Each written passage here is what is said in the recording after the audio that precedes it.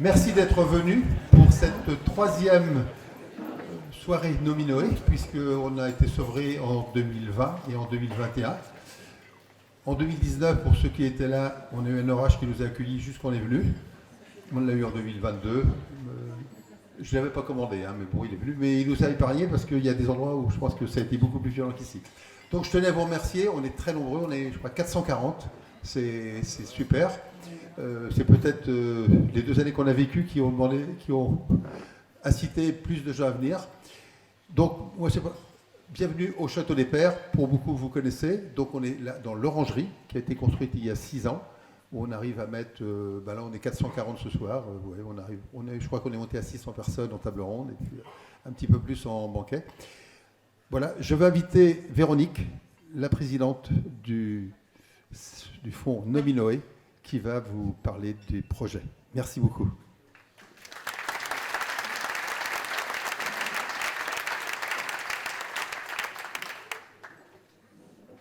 Madame la sénatrice, monsieur le vice-président de Rennes Métropole, messieurs les adjoints au maire, cher Jean-Paul, mesdames et messieurs les mécènes, chers professeurs et docteurs, mesdames et messieurs, chers amis du fonds Nominoé, merci vraiment du fond du cœur de votre présence très très nombreux ce soir. Nous en sommes vraiment tous les hospitaliers qui tiennent depuis 2 ans et demi nos hôpitaux face à la gestion la crise Covid et qui continuent à le faire dans cette période de crise et d'urgence et de difficultés estivales. Vraiment vous remercie du fond du cœur de votre présence puisque le cœur est le thème de ce soir. Merci aux femmes et aux hommes de cœur qui êtes là ce soir. Un très grand merci. Je suis très heureuse aussi.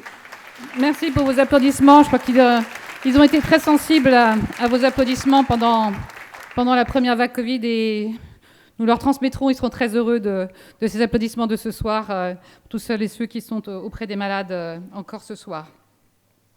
Je suis vraiment très heureuse de vous retrouver pour ce 3e dîner de Nominoé qui devient maintenant une habitude dans le fonctionnement du fonds et c'est vraiment un très grand plaisir et un très grand honneur de vous accueillir ici.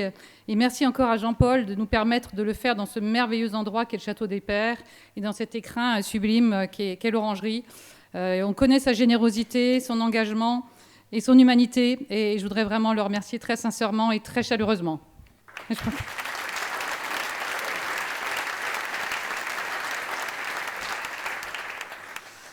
Je voudrais aussi exprimer ma gratitude et mes remerciements tout particuliers à tous les membres du conseil d'administration du fonds, Jean-Paul, bien sûr, Jean-Paul Legendre, qui préside le Cercle des mécènes et qui est vraiment très, très actif pour ce fonds. Il le montre encore ce soir. Marie-Vonne Leduf, que je remercie également, qui est là avec son époux. Merci à tous deux d'être présents ce soir. Très active, seule femme du conseil des mécènes, je le note, mais quelle femme, n'est-ce pas? Et je voudrais remercier également l'ensemble des autres administrateurs du fonds, Pierre Leduf, Alain Glon, Alain Leroc, Jean-Yves Carillet, François Châtel et Jacques Delanoë, qui n'a pas pu venir ce soir, pour leur très grand engagement et pour leur très grande implication au service de la santé et au service du fonds Nominoé. Merci à tous et toutes. Et ils auront l'occasion de dire quelques mots tout à l'heure au sujet de leur engagement et je les en remercie vraiment encore très, très chaleureusement. Je voudrais aussi remercier les professeurs, médecins du CHU et tous les soignants, bien sûr, mais particulièrement celles et ceux qui sont engagés aussi au sein du conseil scientifique du fonds Nominoé, le professeur Karim Boudjema, qui reviendra tout à l'heure sur scène, pour nous parler du grand projet de Nominoé pour 2022, grand transplanteur hépatique, je pense que tout le monde, beaucoup de personnes en tout cas le connaissent ce soir. Yannick Malédan, anesthésiste réanimateur, un des piliers du fonds Nominoé, et qui nous a aussi beaucoup aidés pendant la crise. Sylvie Audan, grande généticienne, spécialiste des maladies rares, qui est aussi très présente, qui passe beaucoup d'heures aussi au service des malades, mais au service du fonds. Nathalie Rioux-Leclerc, chef du service d'anatomopathologie du fonds, également, du CHU, et très engagée également au sein du fonds Nominoé. Et aussi Jean-Yves Gauvrid, qui est neuroradiologue interventionnel et aussi président de la commission médicale. Et Dieu sait que ses fonctions sont exigeantes dans le contexte actuel. Et grâce à vous tous et toutes, Nominoé est devenu un formidable accélérateur de projets majeurs pour l'hôpital qui sont très utiles aux patients et qui leur permettent d'avoir un meilleur confort et de meilleures conditions de travail pour les professionnels. Et je voudrais rapidement, sans être trop longue, rappeler tous les projets qui ont pu être réalisés grâce à votre aide à tous et toutes, parce que je voudrais vraiment vous saluer tous et toutes individuellement et aussi au nom bien sûr de vos entreprises pour celles et ceux qui sont là au nom de leur entreprise, car grâce aux plus de 5000 donateurs, Nominoé a pu mettre en œuvre de très nombreux projets. D'abord pour accueillir des enfants malades dans un univers apaisant pour leurs familles et pour, évidemment, dans le cadre de prise en charge qui sont souvent très lourdes et difficiles dans la maison des parents, qui a été rénovée grâce au fonds Nominoé. La biobanque également a pu être construite grâce au fonds Nominoé et elle permet d'analyser les déterminants de la maladie et de permettre d'élaborer aussi plus précisément des traitements spécifiques à chaque patient. Nous avons pu aussi mettre en place des solutions de relaxation pour les patients placés en unité de soins palliatifs en fin de vie, donc ou dans les EHPAD. Nous avons aussi mis en place le premier système en France de ce qu'on appelle l'anatomopathologie numérique, donc un système qui remplace totalement les dispositifs manuels existants auparavant, qui permet à la fois un diagnostic plus rapide et plus fiable des cancers, mais également des maladies dégénératives. Nous avons aussi pu améliorer le confort des patients qui sont soumis à des soins souvent anxiogènes, enfants ou adultes d'ailleurs, avec des casques de réalité virtuelle. Nous avons aussi permis aux malades privés de toute communication gestuelle ou verbale, avec un grand handicap, de parler avec les yeux grâce à une commande oculaire. Nous avons pris soin aussi des soignants pendant la crise Covid en améliorant le confort des salles de repos et nous continuons bien sûr à le faire. C'est très important, particulièrement en ce moment. Et nous avons aussi développé, grâce au fonds également, une application permettant aux patients âgés, parfois isolés, d'avoir au quotidien une connaissance précise de leur programme de soins et de leur environnement, permettant plus facilement leur maintien à domicile. D'autres projets attendent Nominoé et le professeur Boudjema, président du conseil scientifique de Nominoé, va vous présenter dans quelques minutes ce projet majeur de l'année. Puis je voudrais remercier aussi Marie-Louis, la déléguée générale du fonds, qui est vraiment quelqu'un de remarquable et d'exceptionnel et qui, grâce à laquelle, le fonds aussi a pu vous réunir tous ce soir, et grâce aussi à l'implication de Jean-Paul, bien sûr, et de tous les administrateurs. Et je voudrais bien sûr donner la parole à nos grands mécènes du fonds, à nos administrateurs, et pour qu'ils puissent dire quelques mots en leur nom personnel et professionnel aussi, au service du fonds Nominoé. Et donc je voudrais appeler ici ce soir Marie-Vonne Leduf, Alain Glon. Merci de les applaudir parce que je pense qu'ils le méritent pour leur engagement. Alain Leroc, Pierre Leduf, François Châtel et Jean-Yves Carillet. Et je leur passe la parole à chacun. Montez sur l'estrade, je vous en prie. Et merci encore pour votre engagement. On a une vraie dream team. Montez, je vous en prie. Puis je vous laisse dire quelques mots. Oui. Bien, bonsoir à tous. Que dire après les propos magnifiques de Véronique, notre présidente? Eh bien que nous sommes très engagés et presque au quotidien. En tout cas, moi, j'ai juste un tout petit témoignage. Hier, je recevais au siège social 250 personnes et j'ai parlé de Nominoé. J'ai motivé, j'espère, de futurs mécènes en leur disant que pour participer, on pouvait, de petites sommes pouvaient suffire, en tout cas pour faire les belles réalisations qui ont été rappelées par Véronique. Bravo, Véronique. Bonsoir, Alain Glon.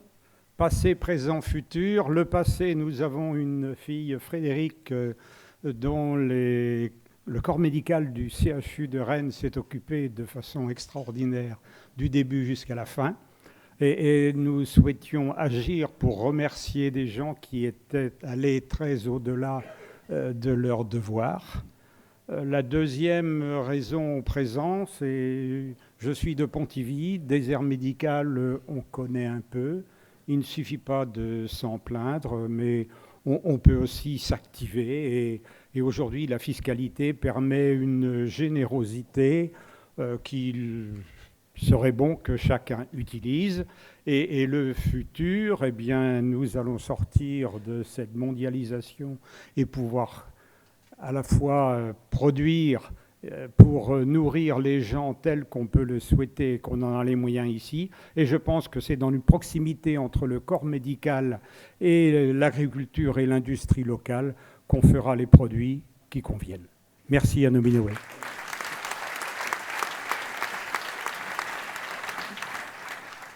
Moi, je vous invite à faire un don à Nominoé.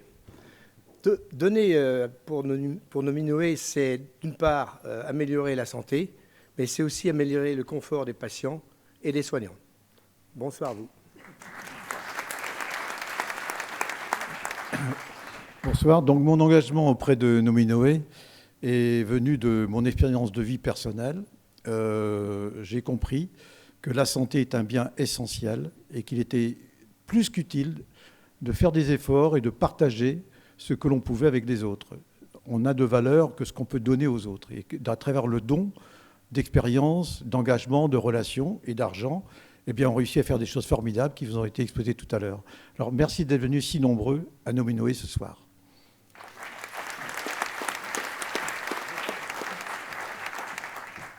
Bonsoir. C'est un peu compliqué de parler après tous ces interventions. Moi, je voudrais peut-être assister ou vous présenter quelque chose peut-être qui est lié à l'humanité des gens.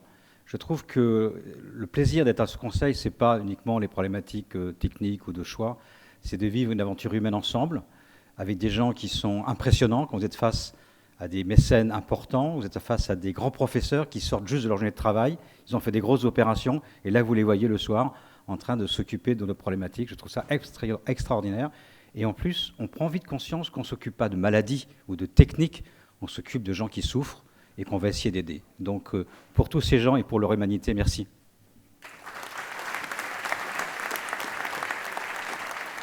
Bonsoir.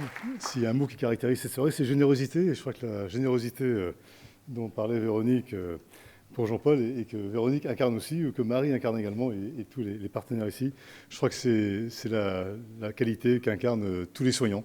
Et c'est important dans cette période de leur rendre cette générosité. En tout cas, nous, on est très heureux d'accompagner Nominoé qui, en fait, travaille pour le bien commun des soignants, des patients, des enfants, on l'a vu, et puis qui travaille aussi pour créer du lien. Et plus on va créer de liens, plus Nominoé sera puissant. Donc, il y a beaucoup de liens ce soir et on vous invite aussi à créer du lien autour de vous, autour de Nominoé, pour que Nominoé grandisse encore et apporte le meilleur service donc, autour de nous.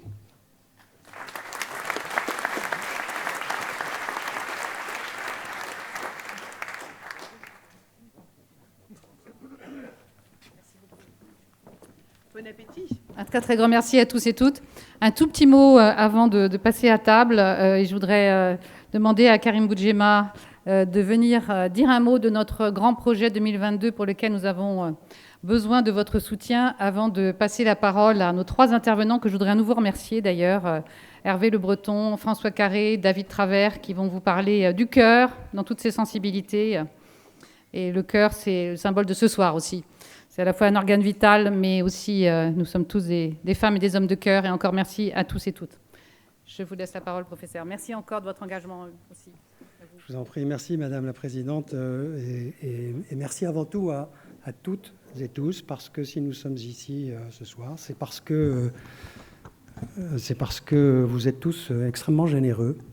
Et Nominoé, donc, n'existerait absolument pas sans vous. Vous avez vu tout à l'heure toutes les actions dans lesquelles vous vous êtes engagés. Et je voudrais vous dire nos projets, savoir pourquoi, finalement, vous donnez et ce que le Conseil scientifique a décidé de financer dans les mois qui vont venir grâce à votre soutien.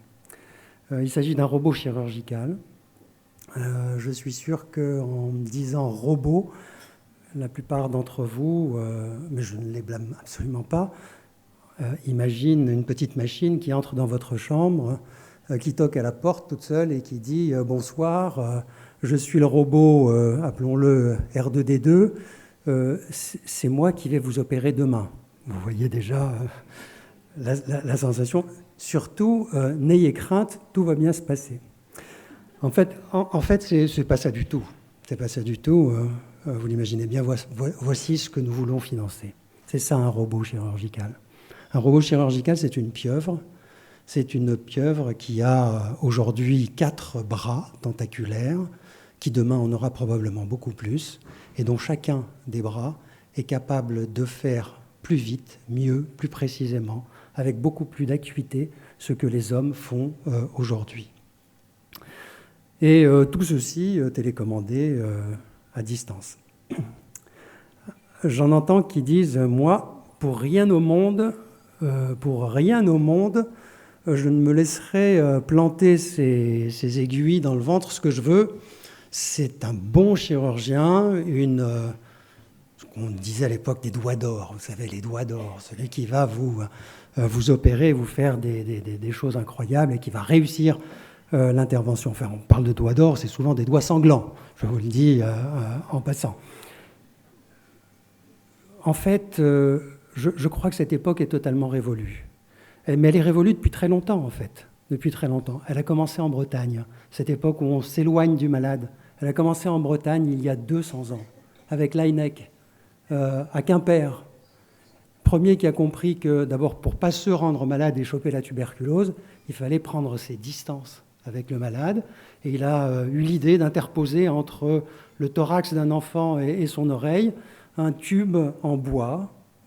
C'est le premier robot chirurgical, si je puis dire. Mais de là est né tous les progrès de la cardiologie, de la pneumologie, de l'auscultation cardiaque. Il n'y aurait pas eu ces progrès si on n'avait pas pris de la distance par rapport aux malades. Et depuis tout ce temps, nous n'avons jamais arrêté de nous éloigner de nos malades. Très près du cœur, vous allez le voir, mais loin du malade, de plus en plus, en interposant de l'énergie, des rayons, des caméras, des enregistreurs, des fibres optiques rigides, souples, de la mémoire, incroyablement grande, des vitesses de calcul impensables, et aujourd'hui de l'intelligence artificielle.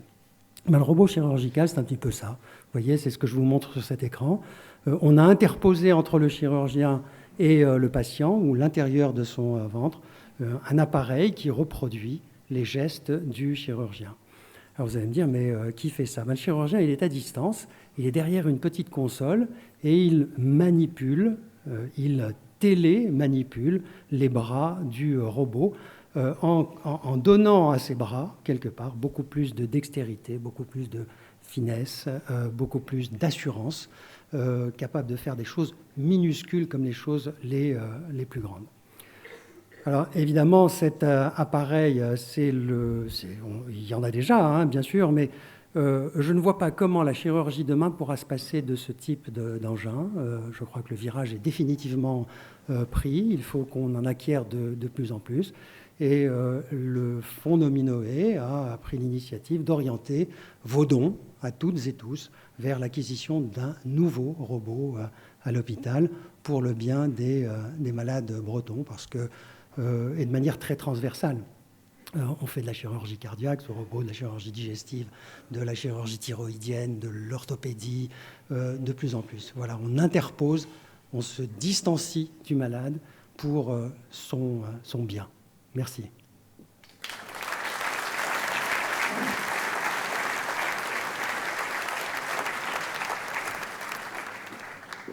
Et le professeur Yannick Malédan va prendre la parole. Bonsoir à tous. Ça nous fait plaisir, Karim et moi, parce que pour la première fois, on n'a pas à être sur scène pendant longtemps et on va pouvoir se délecter d'écouter nos collègues, et c'est pour ça qu'on a choisi l'élite ce soir pour être parmi nous. Donc bonsoir à tous, c'est vrai que ça fait plaisir de vous retrouver. Il se trouve que pendant 2 ans, on a été un tout petit peu occupé à des tâches subalternes. Et donc relancer ce dîner avec vous tous ce soir, franchement, ça nous fait extrêmement plaisir. Et puis, merci à Jean-Paul. Ça, il a changé de table déjà.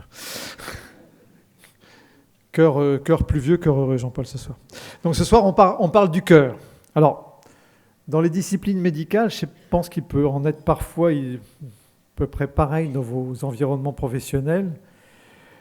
Il existe une certaine propension à penser que sa spécialité, c'est la spécialité de l'élite. C'est l'incontournable, c'est la plus intelligente, c'est celle qui coiffe toutes les autres. Et c'est vrai qu'on est tous un tout petit peu comme ça.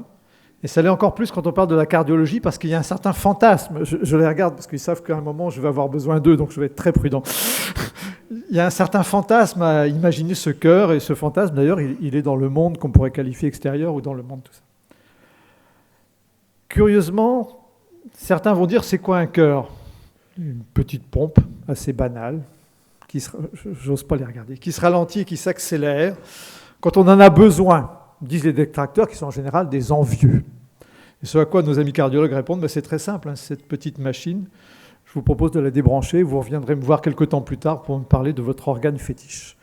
Donc effectivement, ils ont la réponse, et c'est pour ça que, du fait de cette raison, ils sont présents parmi nous ce jour, car ce mini-organe, il faut quand même bien se rappeler que c'est une petite structure quand même, qui fait que 4 petites chambres, un petit loft un peu moins important que ce que tu nous construis dans l'environnement, Jean-Paul, qui voit passer la vie, mais qui approvisionne quand même 37 milliards de cellules à travers 160 000 km de conduits.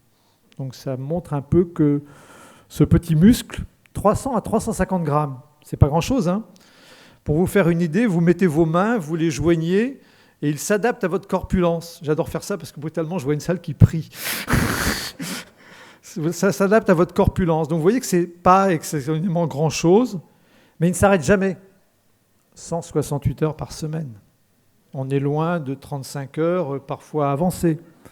La seule chose qui s'en rapproche, d'après les instituts sérieux, c'est le travail hebdomadaire d'un réanimateur, mais ça demande peut-être à être vérifié.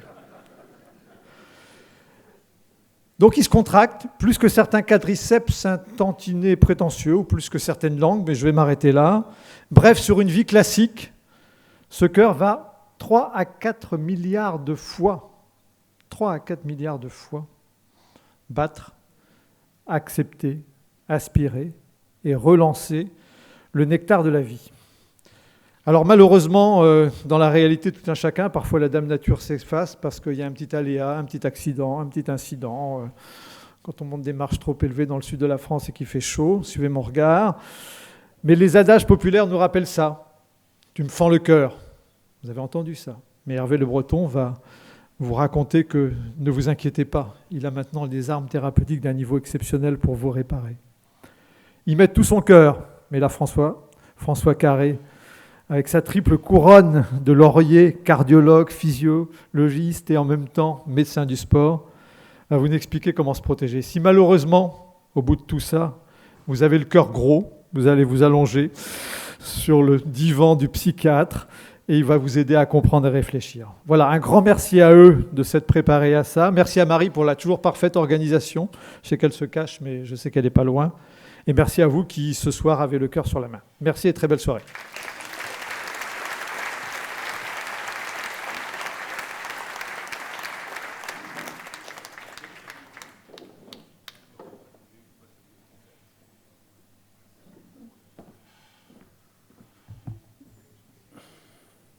Écoutez, bonsoir à tous. C'est un grand plaisir d'être présent. Je remercie Yannick. J'ai appris plein de choses sur le cœur que je ne connaissais pas. Et rassure-toi, Yannick, on sera toujours présent pour toi. Je vais juste prendre le temps de mettre mon diaporama.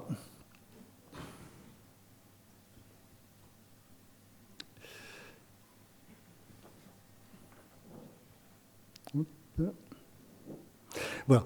Et donc, je vais vous parler ce soir de la réparation du cœur. Et je vais vous parler de la réparation du cœur à travers l'innovation en cardiologie et à travers une technique, le TAVI. Donc, le TAVI, ça parle probablement à très peu d'entre vous, mais c'est une des révolutions de la cardiologie au cours des dernières années. Et comme on parle de cœur de femme et de cœur d'homme, je vais vous citer l'extrait d'une lettre et je vous demande de retrouver l'auteur. Je suis amoureux de vous, je le suis depuis le premier jour où j'ai été chez vous. J'ai cru que je n'en guérirais tout simplement en vous voyant à titre d'ami. Il y a beaucoup de choses dans votre caractère qui pouvaient m'en guérir. Mais je paie trop cher les moments que je passe avec vous. Pas facile, hein? Et si je vous dis que c'est une lettre du 19e siècle qui a été écrite à George Sand, ça c'est un indice, vous saurez que c'est Alfred de Musset qui a écrit. Il y a eu une idylle entre George Sand et Alfred de Musset pendant 2 ans, qui était d'ailleurs un petit peu difficile. Pourquoi je vous parle d'Alfred de Musset? Parce que Alfred de Musset est décédé assez jeune, à l'âge de 47 ans en 1857, et son frère avait noté quelques années plus tôt, son frère Paul avait noté un matin du mois de mars, je notais pendant le déjeuner, je m'aperçus que mon frère, à chaque battement de pouls, éprouvait un petit hochement de tête involontaire. Nous venions de remarquer le premier symptôme d'une insuffisance de la valve aortique, et c'est un signe de sémiologie qu'on continue à utiliser actuellement. Et Alfred de Musset est décédé, très probablement, de son insuffisance aortique. Et un siècle plus tard, eh bien peut-être que Alfred de Musset nous aurions pu prolonger sa vie en lui remplaçant la valve aortique. Alors, je fais un petit rappel, bien que Yannick nous ait fait un rappel tout à l'heure. Je vous demande de remonter au collège, voire au primaire, pour vous rappeler la grande et la petite circulation. Je vous rappelle que le sang revient vers les cavités cardiaques droites, l'oreillette droite, le ventricule droit. Il part dans l'artère pulmonaire.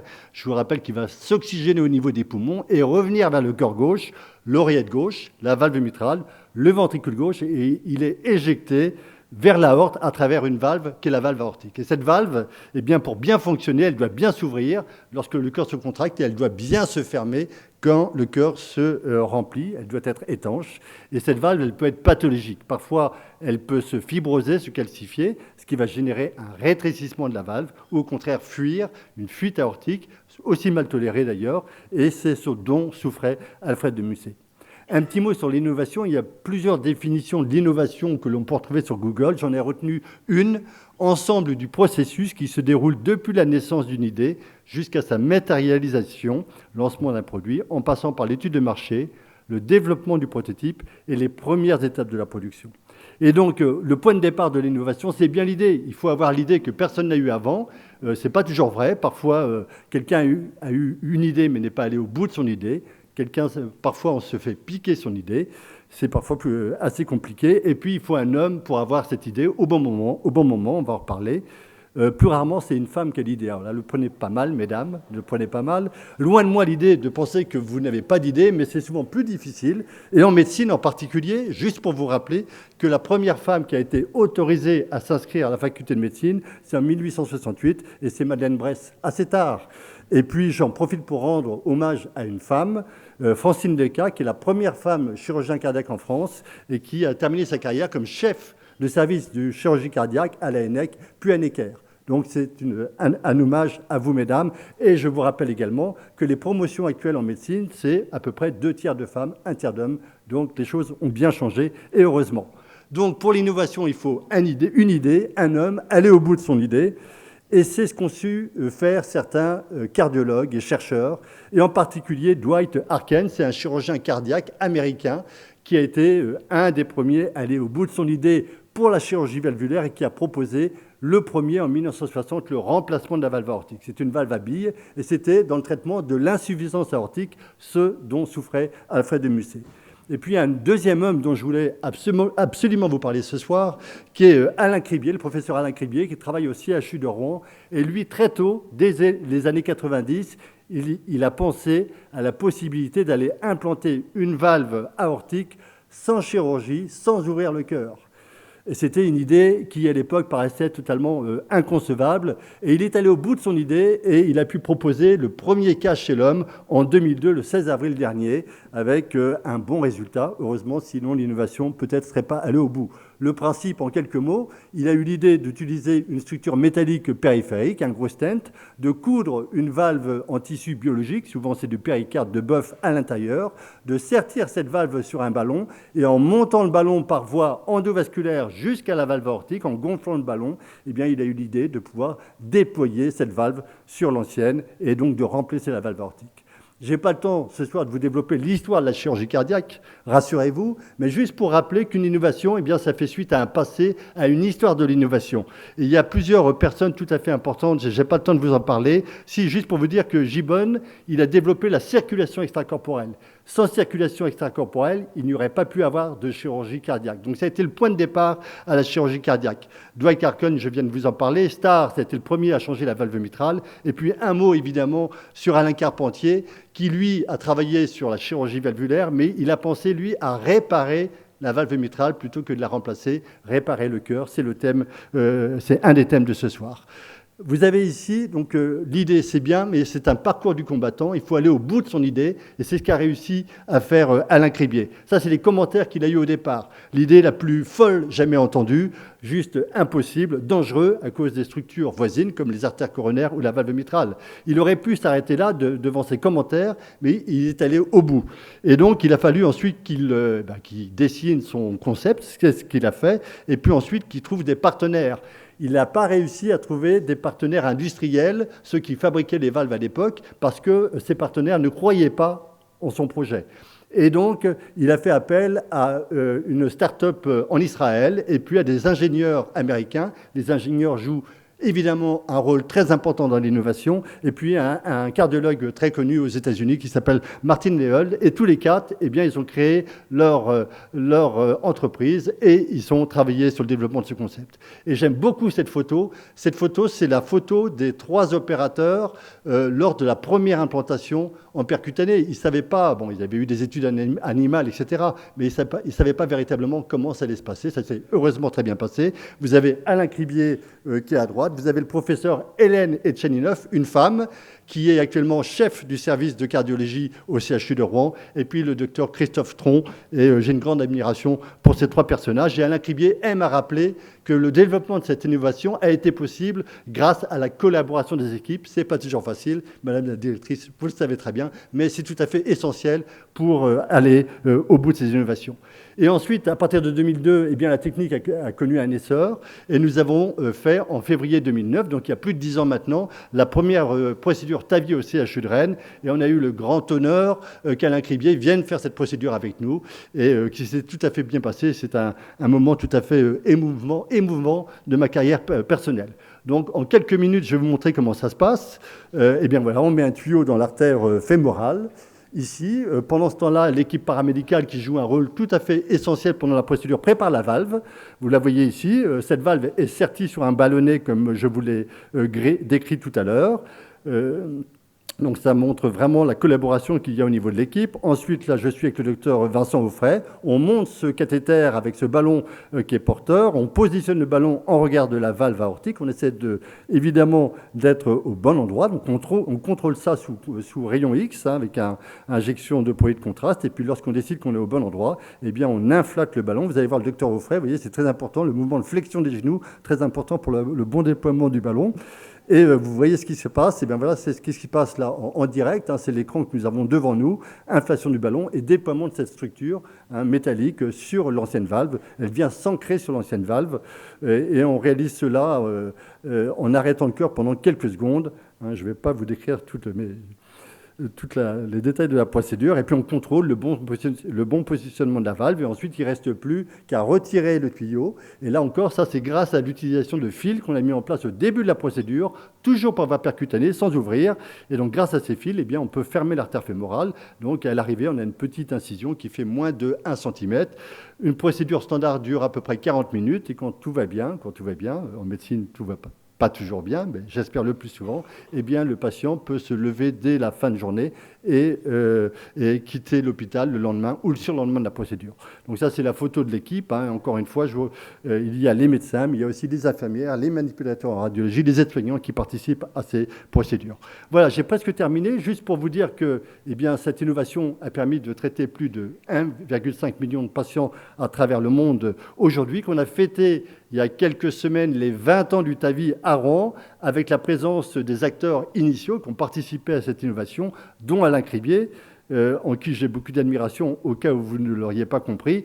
Quelques conseils que je vais prendre le temps de vous citer d'Alain Cribier. C'est un peu ses 10 commandements pour l'innovation. Conseil à ceux qui souhaitent innover en médecine, cibler les besoins cliniques actuels, vous convaincre vous-même de l'intérêt et de la faisabilité de l'innovation, soyez paranoïde, pensez-y jour et nuit, convainquez vos collègues, je ne sais pas si c'est français, convainquez vos collègues les plus proches que vous n'êtes pas fous, trouvez les partenaires et financements, ce qui a été compliqué pour lui, soyez prêts à vous battre contre l'opinion négative des experts, ne vous découragez jamais, ayez de la chance, en particulier pour votre premier cas.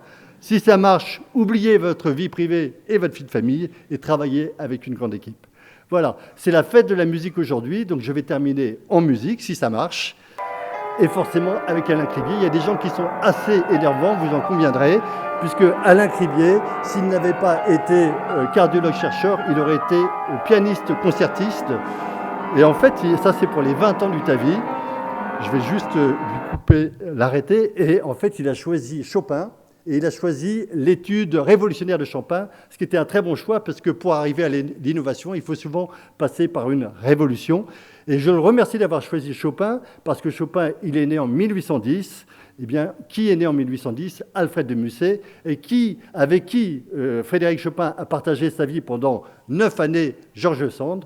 Donc la boucle est bouclée. Ça me permet de conclure cette conférence, de vous souhaiter un excellent dîner et de vous remercier pour votre soutien à l'innovation.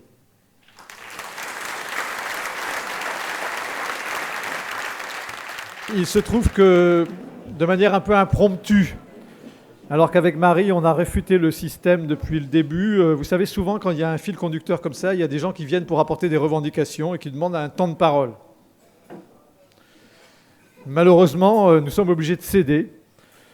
Et je suis dans l'obligation, avec un mélange de tristesse, mais surtout de beaucoup de joie, de passer la parole à celui qui revendique cet état de fait tout à fait anormal. J'appelle M. Jean-Paul Legendre.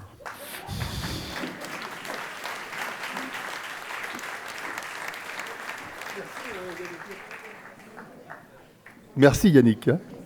Je t'en voudrais ça. Je vais appeler deux personnes. Je vais appeler André Sicot, qui est, je l'ai vu là-bas. Donc André, tu viens. Parce que le thème, c'est le cœur. Le thème, c'est le cœur. Et vous allez comprendre pourquoi. C'est bon ? Ouais, ok. Et François. Et François Carré. Alors, vous venez avec moi.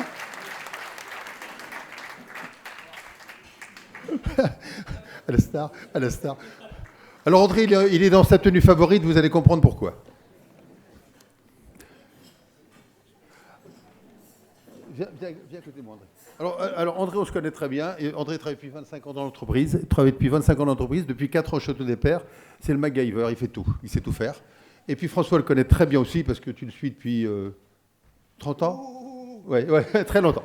Voilà. Je vais lire parce que j'ai préparé je suis très bavard et là je vais limiter. Oui, donc ce soir j'ai envie de vous présenter un illustre inconnu, sauf dans le monde de la course à pied et particulièrement du marathon. Cet illustre inconnu, c'est mon copain André Sicot, qui est salarié d'entreprise. André est à mon avis un sportif hors norme dans la durée et dans la performance. André travaille dans l'entreprise depuis plus de 20 ans et est affecté au site du Château des Pères depuis environ 4 ans. Depuis une vingtaine d'années, nous avons eu la chance, Joël, mon épouse, qui est à côté, moi, François, et puis plein de copains qui sont dans la salle, parce qu'il y a beaucoup de gens qui sont ici, qui sont des coureurs à pied, ou des ex-coureurs à pied, ou des petits ou des grands, qui le connaissent. Depuis une vingtaine d'années, on a eu l'occasion de faire des courses ensemble, de participer à de nombreuses courses d'endurance, dont on a fait 5 marathons des sables ensemble. En marathon des sables, c'est 250 km en autonomie alimentaire dans le sud marocain, entre Ouarzazate et Teba. Donc c'est pour s'amuser quand on ne savait pas ce que faire. Voilà. Alors quand je dis on courait ensemble, je dis soyons modestes. Hein. On ne courait pas avec André, mais derrière André. Car en dehors de ses talons, pendant environ 30 secondes, nous ne le revoyions qu'à l'arrivée. Et Joël n'oubliera jamais André, qui l'attendait après l'arrivée et qui l'aidait à enlever son sac à dos parce que c'était 250 km avec un sac à dos de 10 kg parce qu'on portait de notre nourriture pour 6 étapes, pour 6 jours. Et elle était très contente qu'André lui l'enlève et puis lui le porte jusqu'au campement. Il fallait encore faire 500 mètres avant de trouver une tente où se reposer. Voilà. Quelques chiffres pour les initiés. À 30 ans, André a fait 2h20 minutes et 21 secondes au marathon. 21 secondes de trop pour entrer en équipe de France. Peut-être bien parce que c'est ce qui lui a permis d'avoir beaucoup de longévité. On ne l'a pas dopé derrière, parce que je sais à quoi il se dope, c'est à l'eau, hein, c'est tout. Hein. Il a fait 1h07 minutes sur semi. Il a été champion de France vétéran à 51 ans, vétéran 2, avec un temps de 2h39 minutes à 51 ans. Si ceux qui connaissent la course à pied s'imaginent le niveau de performance. Tous les gens qui couraient plus vite que lui à 30 ans étaient cramés à 51 ans, il ne les a jamais revus. Hein. Et puis, c'est ça donc. Et on a fait un petit calcul avec lui. j'arrive à peu près à compter de tête, c'est mon truc, ça. En 40 ans, André a parcouru plus de 180 000 km en courant. Je dis bien 180 000 km en courant, sans se blesser grâce à une hygiène de vie draconienne, et continue à courir environ 60 km par semaine. Maintenant, il fait du vélo pour ne pas s'abîmer les articulations. Il a raison quand même, il faut le faire, voilà. Il lui arrive encore de venir au travail à Pirée, il habite Chavagne. Donc, pour ceux qui connaissent, ça fait 32 38, bon, ça va. Mais du moment qu'il a 7 heures au boulot, c'est bon, parce qu'on se fait engueuler. Hein, quand même. Alors, c'est vrai qu'en fait, au Château des Pères, on lui a aménagé des horaires sur mesure.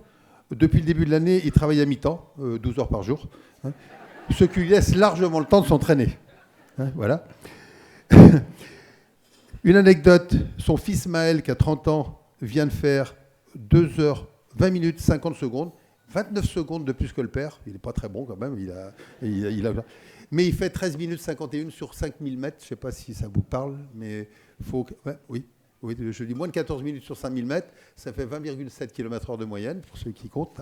Il faut déjà y aller aussi. Hein, voilà. Mais là, c'est de la génétique. Et là, je suis totalement ignare. Et je vous propose une chose. Premièrement, applaudir André, qui le mérite largement. Bravo.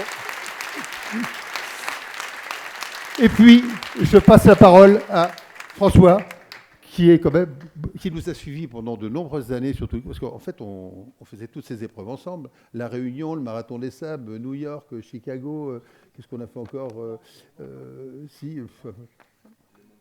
le Mont Blanc, bien sûr, l'Ultra-Trail du Mont Blanc. Bon, c'est des petites courses 170 km, 10 000 mètres de dénivelé, c'est pour s'amuser quand on ne sait pas ce que faire. Voilà. Merci François, à toi la parole. Merci André.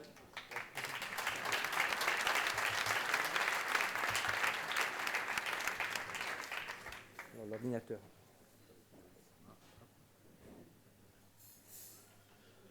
Alors, je ne sais pas si la course à pied, ça abîme les articulations, mais en tout cas, ça forge les amitiés. Hein. Ça, je peux vous le dire. Maintenant, il ne peut plus rien nous arriver avec ce qu'on a vécu avec André. Celle-ci. Donc, alors, on va devenir un tout petit peu plus sérieux. Tout d'abord, je voulais quand même répondre à Yannick et le rassurer, puisqu'il m'a présenté comme physiologiste. Et moi, pour bien faire comprendre à mes étudiants, je leur dis la cardiologie, c'est simple, c'est de la plomberie et l'électricité. J'insiste sur l'électricité parce qu'il y a Philippe qui est à ta table, donc il faut quand même, on n'a pas du tout parlé de l'électricité, donc on va en parler quand même un petit peu. Après, je suis désolé, mais je ne vais pas vous faire rêver comme vous a fait rêver Hervé Le Breton, parce que c'est vrai que son topo était vraiment plein de rêves. Moi, je vais vous proposer quelques manœuvres, quelques techniques pour essayer d'entretenir votre cœur, pour prévenir ce qui est arrivé aux patients qui passent entre les mains d'Hervé, quoi. Parce que nous, notre rôle, c'est de faire en sorte qu'il y ait moins de malades. Alors, ça surprend toujours quand je dis ça au ministère de la Santé, la seule solution, c'est qu'il y ait moins de malades. Bon. Alors là, je reviens sur André. André ne change rien. Regarde, courir régulièrement augmente la longévité. Quand on court régulièrement, il y a une baisse de la mortalité prématurée de 25 à 40%, un allongement moyen de l'espérance de vie de 3 ans. Ceux qui courent, c'est la ligne en haut, ils meurent beaucoup moins que ceux qui ne courent pas. Donc vous savez ce qu'il vous reste à faire. Alors, maintenant passons aux choses moins drôles, mais qui sont quand même essentielles, parce que la différence entre Hervé et moi, c'est que Hervé, il intervient, il sauve la vie des gens, et ça s'arrête là. Nous, ce qu'on va leur proposer, c'est de leur permettre d'avoir une vie plus agréable, plus longtemps. Pourquoi ? Parce que nous, ce qu'on propose, c'est l'inverse des médicaments. Les médicaments, ça donne des années à la vie, et nous, on va donner de la vie aux années. Et pour ça, il faut que vous fassiez un effort, parce que votre santé, elle dépend de vous. Elle ne dépend pas de votre papa et de votre maman, comme les patients me le disent toujours, mais elle dépend bien de vous. Alors, les facteurs de risque, vous en avez entendu parler. Qu'est-ce que c'est un facteur de risque ? C'est quelque chose qui majore le risque de survenue d'une maladie cardiovasculaire. Et quand on l'améliore, ou quand on le supprime, on diminue ce niveau de risque. Donc, c'est ce qu'il va falloir faire. Ça s'appelle la prévention. Alors, dans la prévention, vous voyez, il y en a plusieurs. Et moi, j'aime bien la dernière, qui vient de sortir en 2014. C'est les effets de la surmédicalisation. Donc, on commence à prendre conscience que même nous, médecins, à force de donner trop de médicaments, peut-être qu'on peut faire du mal. Et dedans, la première, c'est la prévention primordiale. C'est celle dont je vais vous parler, bien évidemment. Pourquoi ? Parce que cette prévention, c'est ce qui va me donner le plus de chances de vivre plus longtemps en bonne santé. Alors, puisqu'on est pour parler de cœur d'homme et de cœur de femme, eh bien, est-ce que c'est l'égalité ? Déjà, anatomiquement, non, parce que le cœur de la femme est un peu moins gros et elle a surtout des artères un petit peu plus petites, en particulier les artères coronaires. Et puis aussi, ce qui est un petit peu bizarre, c'est que les facteurs de risque, je vous en ai parlé juste avant, c'est les mêmes, ils sont classiques, mais il apparaît clairement que pour le même facteur de risque, le risque est un peu plus élevé chez les femmes que pour les hommes. On ne sait pas trop pourquoi. Et puis en fait, les femmes, vous savez, se battent et elles ont entièrement raison. Je les soutiens par la parité. Ce qui est dommage, c'est qu'elles aient décidé d'obtenir la parité pour le tabagisme. Ça, elles auraient pu s'abstenir.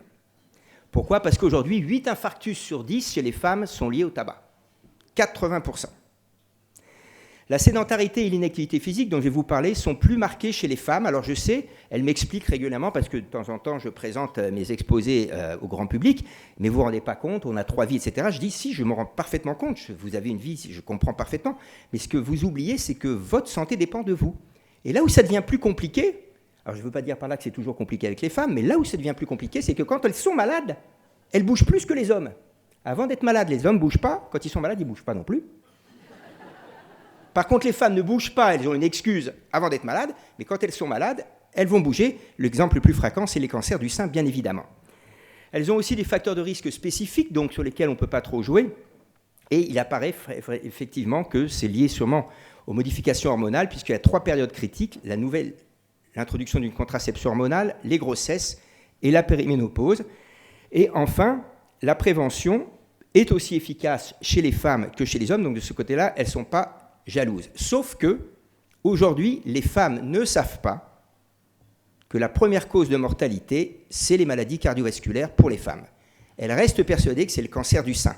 Or, quand on ne pense pas qu'on peut mourir de quelque chose, pourquoi voulez-vous qu'on cherche à le prévenir ? Donc, je fais passer un message à vous, mesdames. Le risque principal pour vous, c'est les maladies cardiaques. Donc, suivez le guide. Je vais vous dire comment faire pour essayer de diminuer le risque. Alors, le tabagisme, bien évidemment, c'est simple, pour nous cardiologues, il n'y a pas de choses compliquées, c'est jamais une cigarette, jamais la première cigarette, et l'abstinence est totale et définitive. Il faut vous convaincre qu'aucune cigarette n'est bonne. Et vous voyez, ici, c'est ce qui est marqué ici, quand on pose la question aux fumeurs, faire du sport permet de se nettoyer les poumons, 40% disent oui. C'est faux. Ça n'a jamais nettoyé les poumons, donc il faut le rappeler, il n'y a aucun intérêt à fumer. Alimentation et boissons. Alors, alimentation, je vais parvenir sur améliorer l'équilibre alimentaire. Le repas de ce soir, manifestement, vu le premier plat, nous montre qu'il va être parfait. C'est simplement, on fait attention aux féculents, on prend des protéines, on diminue les matières grasses, et puis surtout, on mange des fruits et des légumes. On oublie le sel. Le sel, faites attention au sel. Aujourd'hui, le sel tue autant que l'eau non potable a tué. Le sel est responsable énormément d'hypertension artérielle, et donc il faut absolument ne jamais ressaler à table, si bien sûr ça a été salé en cuisine, bien évidemment. Alors quant aux boissons, bien sûr, l'eau, il ne faut surtout pas s'en priver. Et je rappelle quand même que l'alcool peut être bon pour sur le plan cardiovasculaire, mais surtout, n'en concluez pas, messieurs, qu'il faut se mettre à boire pour la santé de mon cœur. Si vous ne buvez pas, continuez à vous abstenir. Alors le sommeil, ça c'est nouveau, parce qu'on vient de se rendre compte que les hommes, les femmes, les enfants surtout ne dorment pas assez. Et aujourd'hui, moins de 5 à 6 heures augmente le risque d'obésité, de diabète de type 2, d'hypertension artérielle, les maladies cardiovasculaires en général et la mortalité globale. Et ceux qui font la grasse matinée, ne vous réjouissez pas trop, l'excès de sommeil, plus de 9 heures, paraît aussi à éviter parce qu'on a aussi plus de diabète de type 2 dans ce cas-là. Donc l'idéal, mesdames et messieurs, c'est un sommeil de bonne qualité de 7 à 9 heures. Alors parlons maintenant à un sujet qui m'est cher, puisque ça fait 40 ans que je me bats contre l'inactivité physique et la sédentarité. La sédentarité. Alors la sédentarité, tout le monde pense que c'est l'inactivité physique. Eh bien non, je vais faire un peu mon savant. Sédentarité, ça vient de sédere en latin, être assis. Donc là, vous êtes parfaitement sédentaire. Il n'y en a qu'un qui bouge. Non, c'est pas vrai, il y a plein de personnes qui bougent autour de vous. Ils ont raison, c'est très bon pour leur santé. Et moi, je reste debout. Donc en fait, dans l'idéal, je sais que vous allez me dire que c'est impossible, et vous avez raison, il faut rester, dès que vous dépassez 6 à 7 heures en moyenne de position assise ou couchée quand vous êtes éveillé, vous prenez un risque pour votre santé. Surtout, ce qui est très mauvais, c'est les périodes assises ininterrompues supérieures ou égales à 2 heures. Donc, Jean-Paul, je t'en prie, si jamais le dîner dure un peu trop longtemps, tu nous demandes de nous lever ce soir. Et vous voyez, on est aujourd'hui face à une nouvelle addiction. Et là, je rigole pas. La chaise. L'homme et la femme sont addicts à la chaise, à la position assise. C'est assez sidérant de voir, comme je le vois régulièrement, des gens qui sortent du bureau, qui vont prendre leur métro, qui s'asseyent sur le banc du métro en attendant alors qu'il y a marqué métro à l'approche, qui montent dans le métro pour 2 stations, qui s'asseyent dans le métro. Ils ne se rendent pas compte, plus vous restez assis au boulot, plus vous êtes assis en vacances, plus vous êtes assis le week-end. Et c'est pour ça qu'il y a ce genre de plaisanterie. Il est mort comme il est vécu, avec un cercueil qui est dans la bonne position pour ne pas perdre les bonnes habitudes.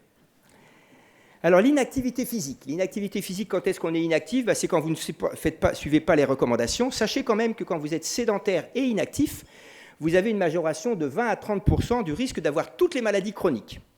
Dedans, il y a les cancers, la polyarthrite rhumatoïde, en fait, toutes ces pathologies. Il n'y a pas que le cœur, bien évidemment.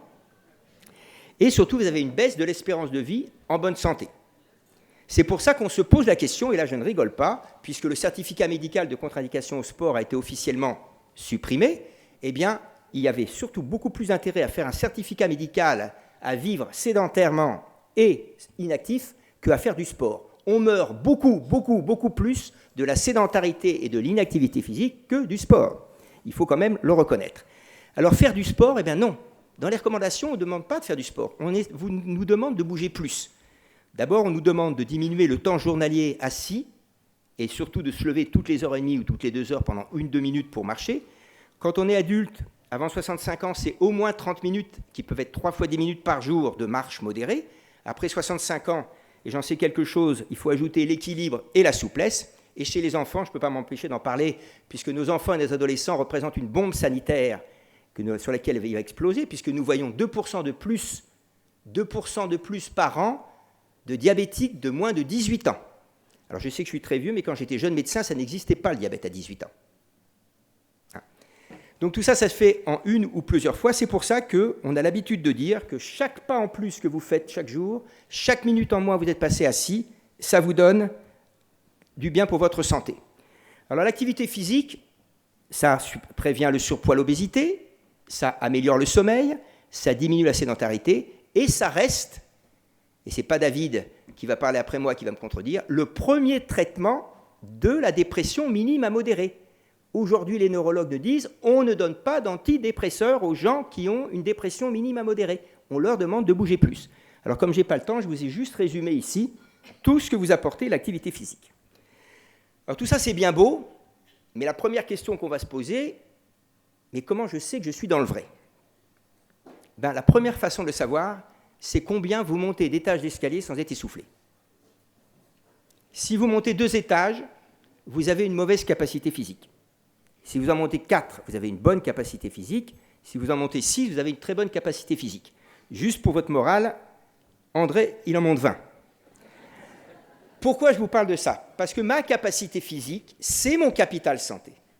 La première chose que je faisais quand je voyais des patients, je les mettais sur un vélo, je les faisais pédaler comme des fous. Ceux qui pédalaient le plus longtemps étaient ceux qui allaient vivre le plus longtemps, même s'ils avaient fait un infarctus, même s'ils avaient eu un cancer, quelle que soit la maladie. Donc pour améliorer votre espérance de vie, gagner des étages, c'est la meilleure solution. Et puis il y a un deuxième point, c'est cette première partie de la diapositive.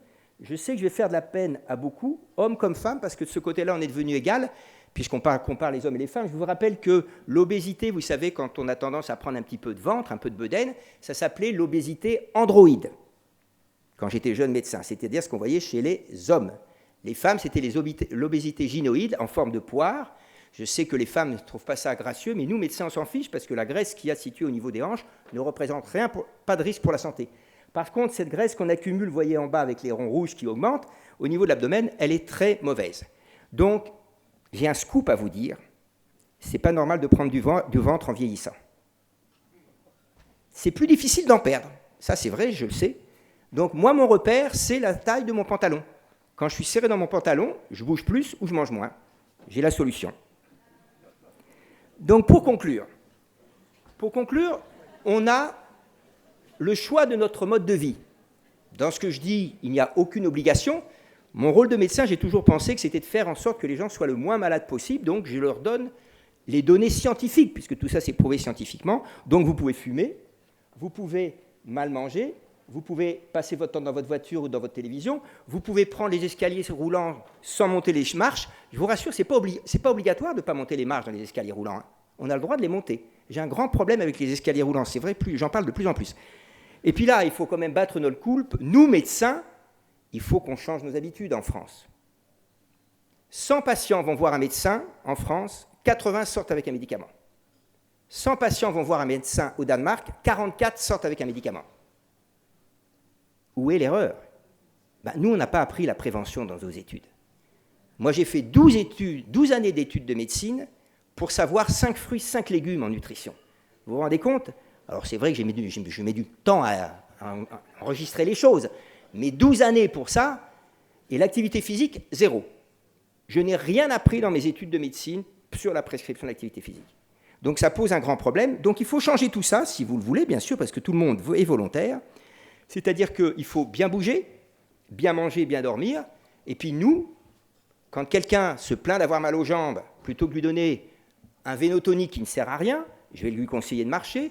Quand quelqu'un me dit, vous savez, mon fils de 17 ans, il m'ennuie, il a des soucis, et moi, ça me perturbe, j'arrive pas à dormir, on ne va pas donner un somnifère et un anxiolytique, on va expliquer à la dame qu'il faut qu'elle aille marcher, ça va lui faire du bien. Ça s'appelle stop à la médecine curative toute seule, associons la médecine préventive. Enfin, pour conclure, notre santé dépend beaucoup de nous, il faut vraiment que vous y croyiez à ce que je vous dis, parce que c'est vrai. C'est vrai, si je prends soin de ma santé, j'ai plus de chances de vivre en bonne santé longtemps. Et puis, bien sûr, je ne veux pas vous plomber complètement la soirée, donc je vous souhaite un très bon appétit et je tiens à vous remercier pour m'avoir écouté.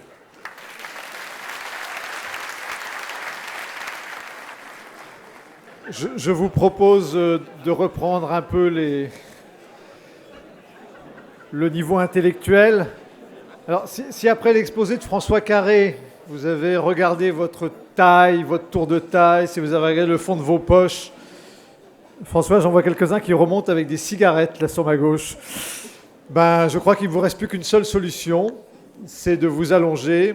Et on a choisi notre psychiatre préféré pour qu'il puisse essayer de vous remonter le peu de morale qui vous reste. Merci David pour cette lourde tâche.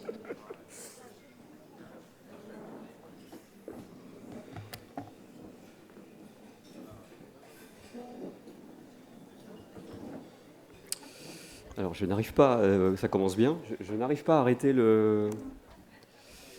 Ça y est, non, ça y est, j'ai trouvé. Bien, alors parler de psychiatrie à 22h30, alors que vous ne m'avez rien demandé, on est d'accord, hein. Ça va être un peu chaud, je vais quand même tenter le coup, j'ai 10 minutes, et je ne vais pas parler de ce qui était prévu en fait. Puisque comprendre le cœur, je ne suis pas capable de vous répondre à cette question, donc je vous propose de prendre plutôt la deuxième partie, ou ne pas comprendre le cœur. Parce que moi, je vais vous parler de psychiatrie, et en fait, c'est assez particulier, et hélas, c'est particulier.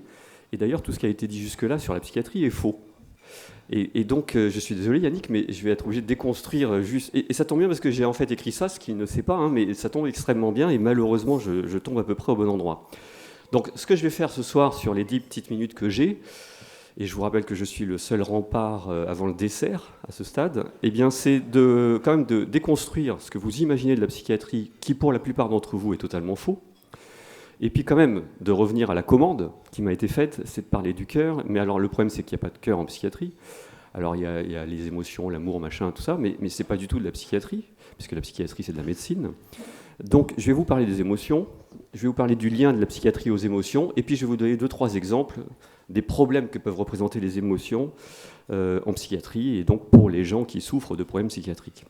La santé mentale, c'est quelque chose finalement d'assez simple, c'est un continuum, on pourrait le dire, et je rejoins François très notamment sur des questions de prévention, parce que le premier niveau avant de traiter des problèmes de santé mentale, c'est d'être dans le bien-être. Et donc, effectivement, le bien-être, c'est le sujet de base. Au-delà du bien-être, il y a la souffrance psychique, qui n'est toujours pas de la psychiatrie. Et c'est d'ailleurs le commun de ce que vous imaginez de la psychiatrie.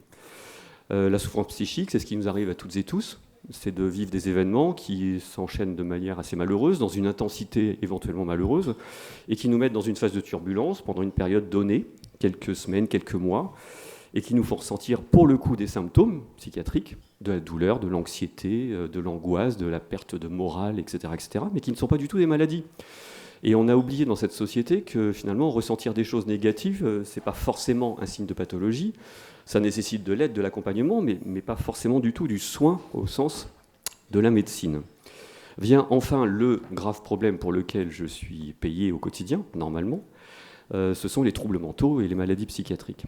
Ce que vous apercevez peut-être de très loin sur ce schéma, c'est quelque chose d'extrêmement important. Je le disais pour la souffrance psychique, qui fait vivre des symptômes, mais rappelez aussi que le bien-être, ça n'est pas un électroencéphalogramme plat. D'ailleurs, ceux qui ne ressentent rien sont très malheureux. Le bien-être, c'est osciller entre des choses chouettes et des choses moins chouettes au quotidien. Qu'est-ce qui peut être mis en regard de tout ça ? Mais en fait, avant tout, et on est très loin du sanitaire, vous l'apercevrez, c'est l'étayage social et l'étayage sociétal. Et je trouve que ce n'est pas inintéressant de rappeler en ce moment à quel point la cohésion sociale, c'est un facteur de protection, c'est un facteur important, et alors qu'elle est quand même assez mise à mal à de multiples niveaux, et que ça nous inquiète beaucoup, d'ailleurs dans le domaine de la santé mentale, rappelez qu'avant tout, le bien-être et la lutte contre le mal-être que peuvent représenter la souffrance psychique et les troubles mentaux, c'est l'étayage social. Après, au-delà de ça, évidemment, il y a l'accompagnement psychologique, le divan dianique et de bien d'autres, et aussi les prises en charge médicales de la psychiatrie. Alors la psychiatrie, c'est plein d'idées préconçues, complètement inadaptées en 2022.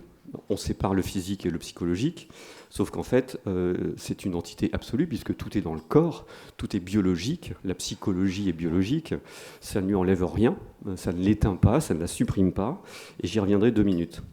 On éloigne cognition, émotion, et nous voilà à notre fameux cœur, puisque j'ai encore une fois pas de cœur en psychiatrie, mais j'ai des émotions. On les a toujours séparées, enfin pendant très longtemps, puis pour ceux qui sont un peu dans le domaine, un livre est sorti qui a fait une petite révolution qui s'appelait L'erreur de Descartes, qui séparait émotion et cognition, pensée, et en fait les deux sont totalement reliés, sont même unitaires. Et évidemment, les émotions impactent la pensée, et la pensée résonne les émotions. Vous le savez comme moi, vous vivez, donc vous avez dû le repérer. On sépare conscient et non conscient, 2 maladies, j'entends, pas l'inconscient freudien. Et conscient-non conscient, c'est tout à fait faux. Les maladies psychiatriques ne rendent pas inconscient de ce qui arrive. La plupart du temps, on est conscient de ce qui nous arrive, ce qui ne veut pas dire qu'on a la main dessus. Et d'ailleurs, puisqu'on parle de ça, une grosse erreur aussi sur les problèmes de psychiatrie, c'est qu'on imagine que les choses peuvent s'arranger par la volonté. Et qui n'a pas entendu « secoue-toi », machin, tout ça, quand il va mal. Or, dans le cadre des maladies, ce serait quand même faire injure au concept même de maladie, parce qu'aucune autre spécialité, d'ailleurs nous ne le demandons pas non plus, mais personne dans la société ne demande aux patients qui souffrent d'une maladie de contrôler les symptômes de sa maladie par la volonté. Donc là aussi, on a une énorme erreur de représentation sur ce que sont les problèmes de santé mentale, puis qui sont finalement des symptômes subis et sans contrôle volontaire, et pas d'outu ou une espèce de lubie ou de plaisir plaisir indirect à rester dans l'état et à ne pas s'en occuper. Des oppositions, il y en a d'autres. Il y a aussi le fait qu'on oppose, plutôt dans une guerre des cultures en psychiatrie, le fait de s'occuper des gens, la fonction noble de l'individualité, et puis une médecine biologique affreuse qui utilise des résultats de cohortes, c'est-à-dire des énormes résultats de grands échantillons de population qui permettent d'avoir des éléments de preuve sur l'efficacité des traitements. On est dans un CHU, rappelons que nous parlons des CHU, on parle de recherche, on parle d'avancée par des preuves, et donc en fait, la psychiatrie comme toutes les autres, qu'est-ce qu'elle fait ? Elle amasse des données de science autour effectivement d'études de cohorte, et elle fait en revanche de la médecine personnalisée, donc elle s'occupe de chacun avec son individualité, l'un n'exclut pas l'autre. Enfin, l'opposition qui me peine au quotidien, pas dans mon établissement où je suis très bien accueilli, c'est qu'on oppose la psychiatrie à la médecine, comme si elle était à part. D'ailleurs, techniquement, d'un point de vue légal, elle est à part, hélas, alors qu'en fait, très clairement, la psychiatrie n'est qu'une des spécialités de la médecine. Alors, on parle de science, et pourquoi est-ce qu'on a tant d'idées préconçues sur la psychiatrie ? Parce qu'en fait, on s'est mis d'accord dans les 50 dernières années, on va dire, sur le fait que tout se passait quand même globalement dans le cerveau. Et là, finalement, tout le monde est maintenant d'accord. Il y a eu beaucoup d'hypothèses un peu farfelues à d'autres époques, mais c'est fini. Le cerveau, on peut l'examiner de plein de manières. On peut le stimuler, les neurologues le font. On peut regarder la vie, les psychologues le font. On peut faire des expériences, les neuropsychologues le font, c'est-à-dire qu'on vous met dans des situations où on vous fait remplir par exemple des tests. On peut donner un traitement, nous le faisons tous, et à partir de là on modélise des choses. Et effectivement, on a modélisé des tas de choses pour imaginer comment le cerveau psychologique fonctionnait. Le plus couramment admis, et qui a été évoqué d'ailleurs, c'est évidemment les théories psychanalytiques, le divan, Freud, etc. Il y a aussi toute la partie modélisation d'un cerveau chimique, et puis il y a la partie modélisation d'un cerveau fonctionnel qui pense des données, qu'il traite, qu'il retraite, et qui lui permettent d'obtenir un fonctionnement au quotidien. Alors le psychiatre, qu'est-ce qu'il est ? Le ou la psychiatre, là c'est le carnage. Hein. On est tour à tour, effectivement, voilà, à écouter le patient. Alors heureusement, on écoute le patient quand même en vrai, à lui donner trop de médicaments, et puis à avoir des représentations complètement inadaptées de ce que l'on est.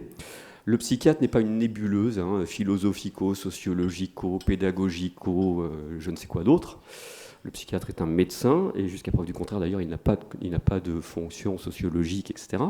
Il n'a pas de compétences, excusez-moi. Et puis il fait comme tout le monde en médecine, et comme font mes deux prédécesseurs, il examine le patient. Et nous, alors c'est vrai que nous l'examinons en l'écoutant, mais en orientant le dialogue pour obtenir les éléments qui nous permettent de comprendre de quoi il souffre.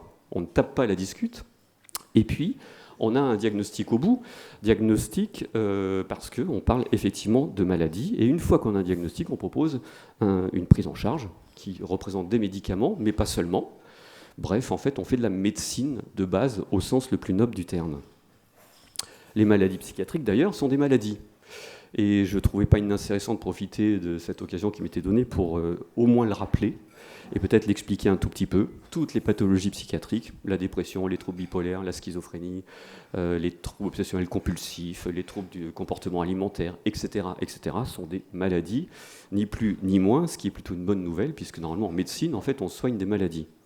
Et donc, les pathologies psychiatriques ont des déterminants génétiques, il y a quand même des déterminants génétiques aussi, ont des déterminants environnementaux, ont des déterminants psychosociaux. J'évoquais tout à l'heure l'importance du tissu, hein, de l'étayage social. À l'inverse, les dégâts psychiatriques que fait l'éloignement social, le rejet, l'abandon par la société, ont des déterminants psychologiques. Qu'est-ce qu'on met derrière tout ça ? On met derrière tout ça le fait qu'on n'est pas du tout égaux les uns les autres en termes de capacité cognitive, en termes de capacité adaptative et en termes de capacité émotionnelle, ou tout au moins de capacité à gérer ses émotions, et qu'en fonction de ces capacités, on est à risque ou pas de développer des problèmes de santé psychiatrique. Et puis la psychiatrie, évidemment, les maladies psychiatriques, ont une origine aussi neurobiologique, voire même biologique générale, puisque une thyroïde qui dysfonctionne crée un syndrome dépressif, puisque beaucoup de cancers qui commencent, comme beaucoup d'autres maladies d'ailleurs, par un syndrome inflammatoire assez important, peuvent déclencher des dépressions qui n'ont rien de psychologique et qui n'ont rien de psychiatrique, qui sont purement biologiques. Ça, je passe, excusez-moi, je pensais que je l'avais enlevé. Et rappelez enfin, évidemment, que comme toute maladie, la maladie, elle touche les patients et elle touche leurs proches par ricochet, de manière assez importante, comme pour tous les problèmes de santé. À partir de là, revenons à nos émotions. Qu'est-ce qu'on va faire de nos émotions en psychiatrie ? Je vous l'ai dit, on ne peut pas les séparer, littéralement, des cognitions. Et en fait, tout notre travail, il est vraiment dans l'idée, d'une part, de comprendre ce qui se passe des pathologies, et d'autre part, ensuite, d'aider par de multiples moyens, psychologiques, pharmacologiques, voire même désormais de neurostimulation, à modifier les schémas de pensée, d'une part, cognitifs, et les schémas de traitement des émotions, d'autre part. On va prendre 3 exemples. Le premier exemple, ce sont les attaques de panique, les crises d'angoisse sévères, et les phobies. Et alors là, j'en ai pas fait exprès, hein, on évoquait le fait qu'il faut prendre les escaliers, mais moi, dans mon domaine, les ascenseurs peuvent faire peur à certains. Et si je suis très honnête, hier soir, j'étais parti sur les araignées, mais comme je ne suis pas du tout à l'aise avec les araignées, je suis revenu aux ascenseurs. Vous voyez, chacun a ses petits soucis au quotidien.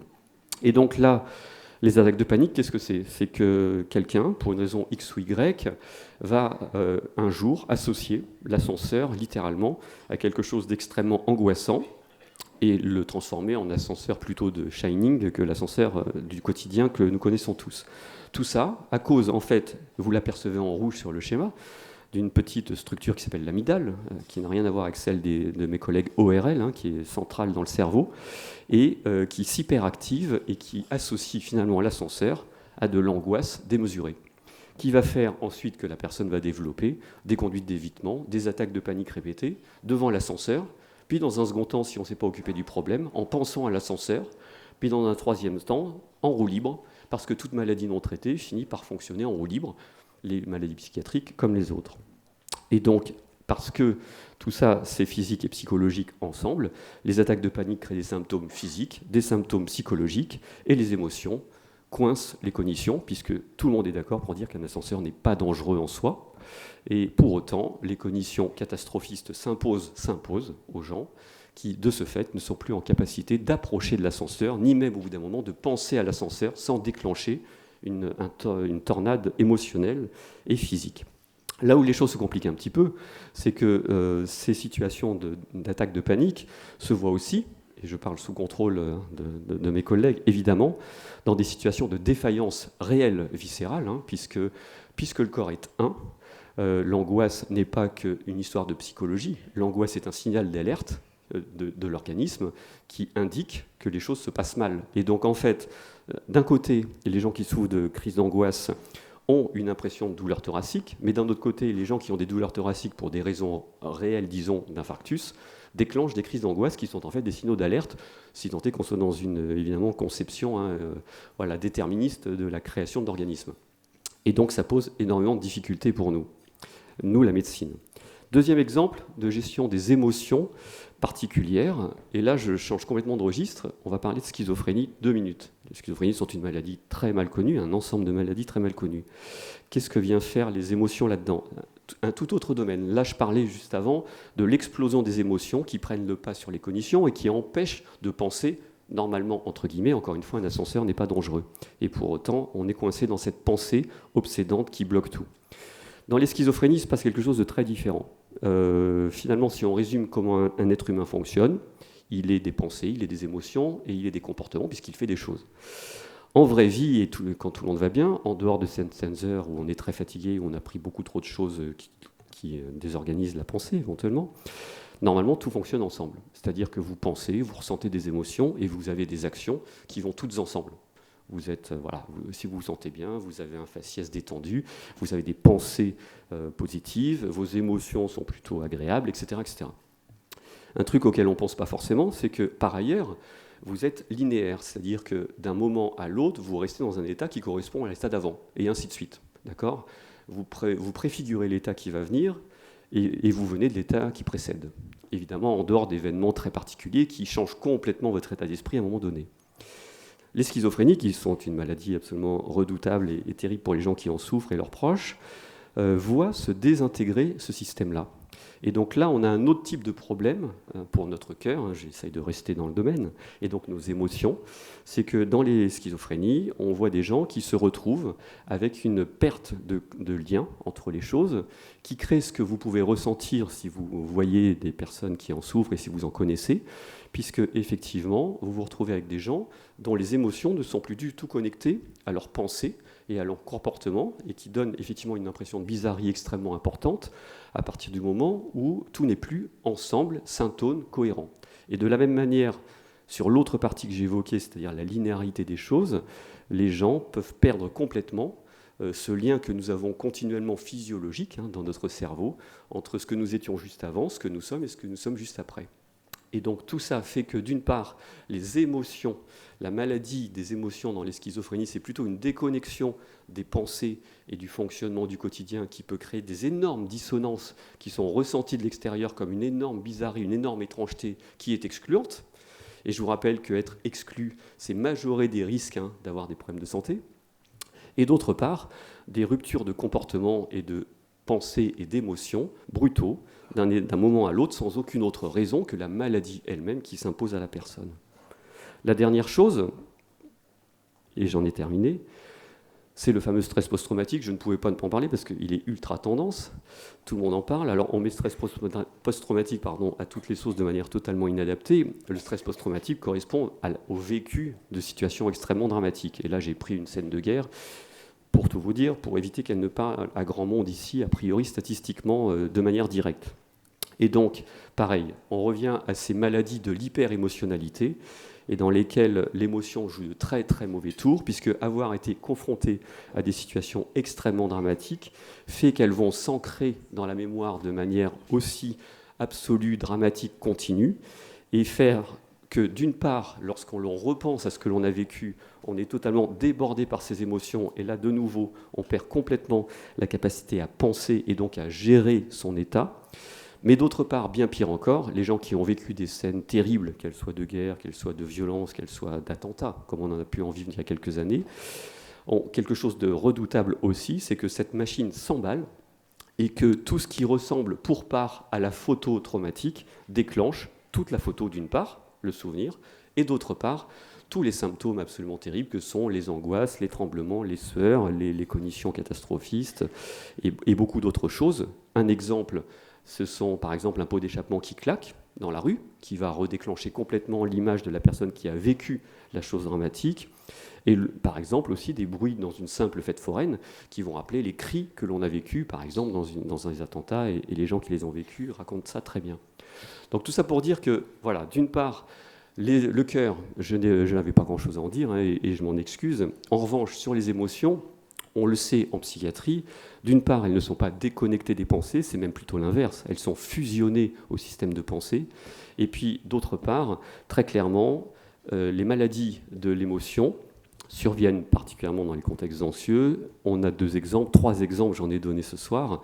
La bonne nouvelle, c'est que ce sont des problèmes de santé, donc ils peuvent se traiter, et qu'on sait d'ailleurs s'en occuper, mais ce sera une autre discussion, et je vais vous remercier pour votre attention. Merci à vous. Nous espérons vraiment que vous avez passé non seulement un excellent dîner, mais une excellente soirée, et que nos orateurs vous ont passionné et vous ont ouvert peut-être de nouveaux horizons pour vous-même et vos proches. Et encore une fois, merci très sincèrement du fond du cœur, puisque c'est le thème de la soirée, pour votre soutien à ce fonds de dotation Nominoé, et au nom des patients, au nom de tous les soignants, tous les hospitaliers. Un très très grand merci à vous. Et bravo aussi pour tout ce que vous faites au quotidien dans vos secteurs d'activité, parce que ça fait partie de la société. On parlait tout à l'heure des enjeux sociétaux et de l'étayage social, pour reprendre le terme de David. Voilà, ce soir en est un excellent exemple, et on a vraiment passé, en tout cas pour nous hospitaliers, un très très bon moment avec vous tous et toutes, et on espère que c'est réciproque. Donc à très bientôt, j'espère. Et encore merci, un très très grand merci à tous et toutes. Merci.